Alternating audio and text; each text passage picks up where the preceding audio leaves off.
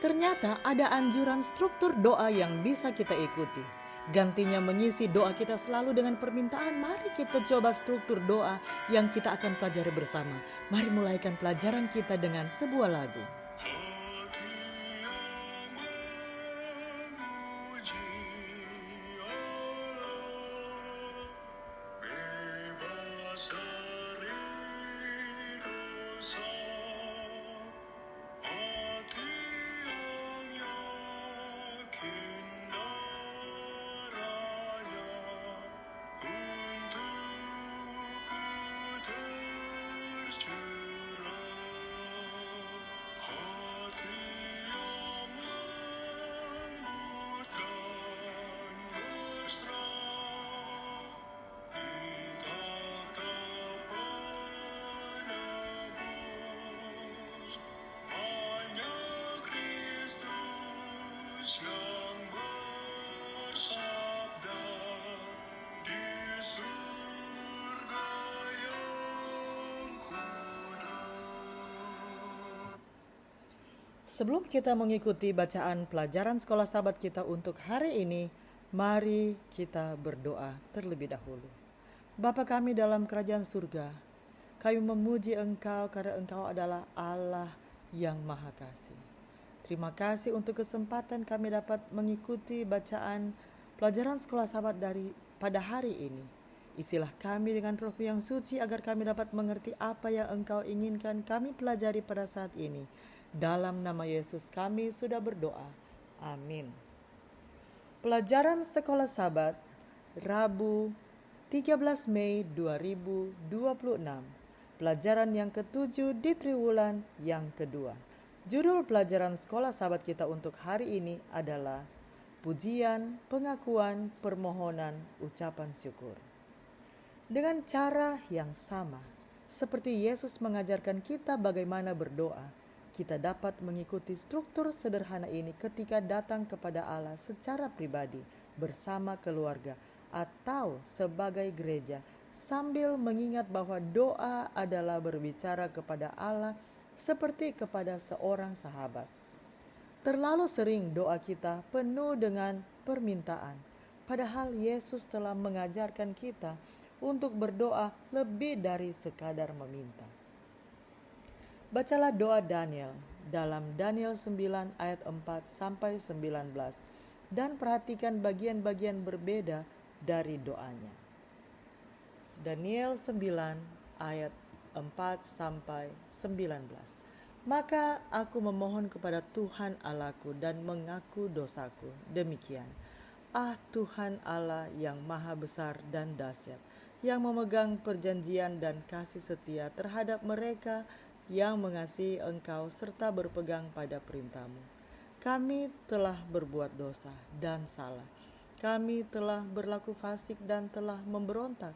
Kami telah menyimpang dari perintah dan peraturan-Mu.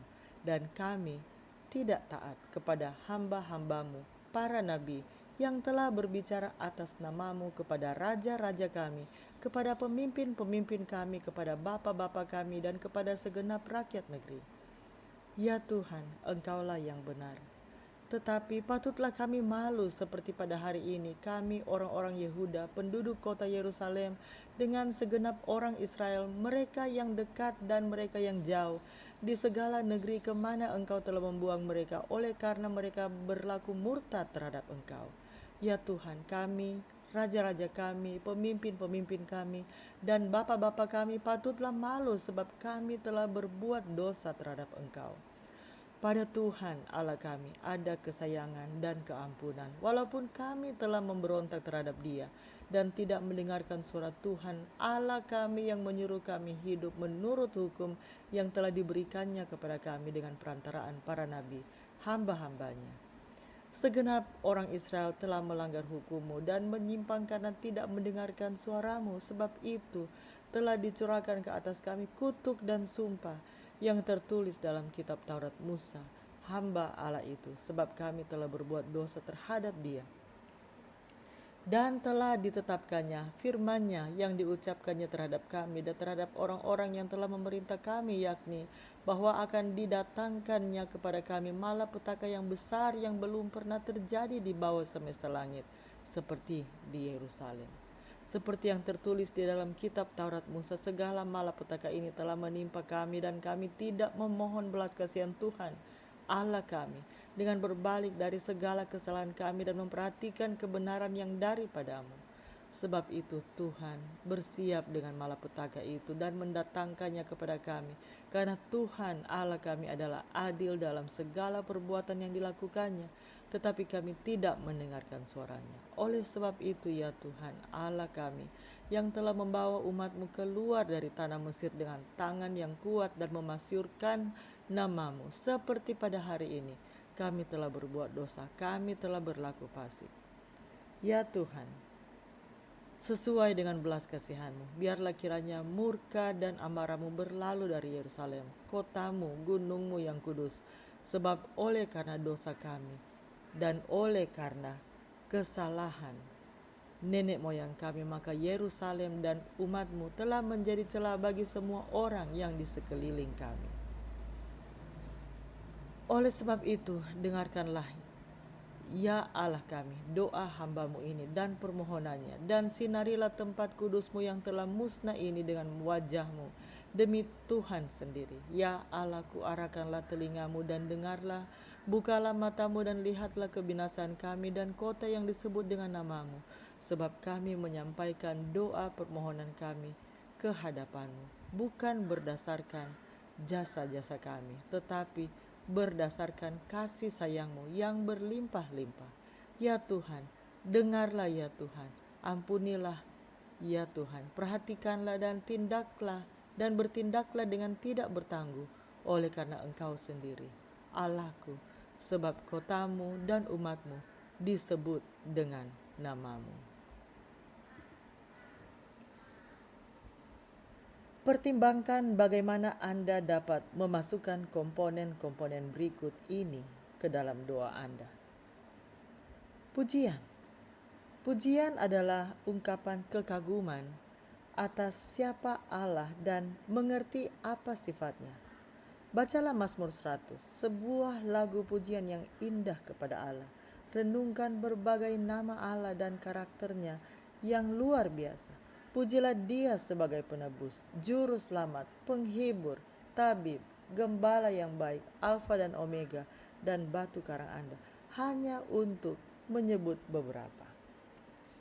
Pengakuan dosa dan pengampunan, yaitu ketika kita berbicara dan tinggal di dalam Allah, kita tak bisa tidak melepaskan hal-hal yang mungkin menghalangi atau memisahkan kita darinya. Semakin dekat kita kepadanya, semakin kita menyadari ketidaklayakan dan kehancuran kita.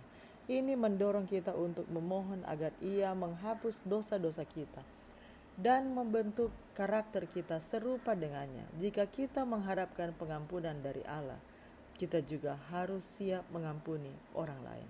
Karena itu, hendaklah kamu saling mengaku dosamu dan saling mendoakan supaya kamu sembuh. Doa orang yang benar bila dengan yakin didoakan, sangat besar kuasanya. Permohonan.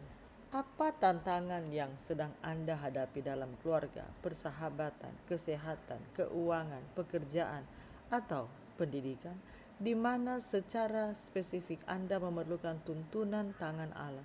Siapa yang memerlukan dukungan Anda? Dan bagaimana Anda bisa memberikan yang terbaik? Berdoalah secara spesifik untuk hal-hal dan orang-orang ini sambil memohon agar kehendak Allah yang jadi. Ucapan syukur. Bacalah Filipi 4 ayat 6 dan pikirkan tentang berkat-berkat dalam hidup Anda. Mungkin Anda akan mengingat hal-hal besar, tetapi bagaimana dengan hal-hal kecil yang sering kita anggap biasa? Kita adalah penerima belas kasih Allah yang terus-menerus, namun betapa sedikitnya ucapan syukur yang kita sampaikan dan betapa jarangnya kita memujinya atas apa yang telah Ia lakukan bagi kita. Apa sajakah hal yang perlu Anda pujikan kepada Allah, akui kepadanya, minta kepadanya, dan syukuri kepadanya? mengapa tidak melakukannya sekarang juga? Sebelum kita masuk kepada doa tutup, marilah kita lanjutkan lagu tadi. Kita bernyanyi bersama-sama. Ukiran hidup yang baru, penuh kasih surga, suci sempurna berpadu seperti hatinya. Wilayah Tuhan rahmat-Mu, Bapa di surga, kami memuji Engkau karena Engkau adalah Alfa dan Omega. Terima kasih untuk pelajaran hari ini tentang struktur doa yang berisi pujian, pengakuan, permohonan, ucapan syukur yang seringkali kami hanya isi dengan permohonan.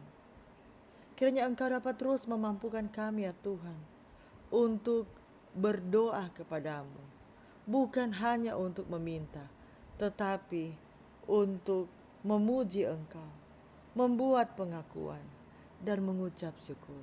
Terima kasih ya Tuhan karena Engkau yang selalu menuntun kami. Terima kasih untuk kasih setiamu bagi kami. Dalam nama Yesus kami sudah berdoa. Amin. Demikianlah bacaan pelajaran Sekolah Sabat Rabu 13 Mei 2026. Sampai bertemu di bacaan pelajaran Sekolah Sabat selanjutnya. Tuhan memberkati.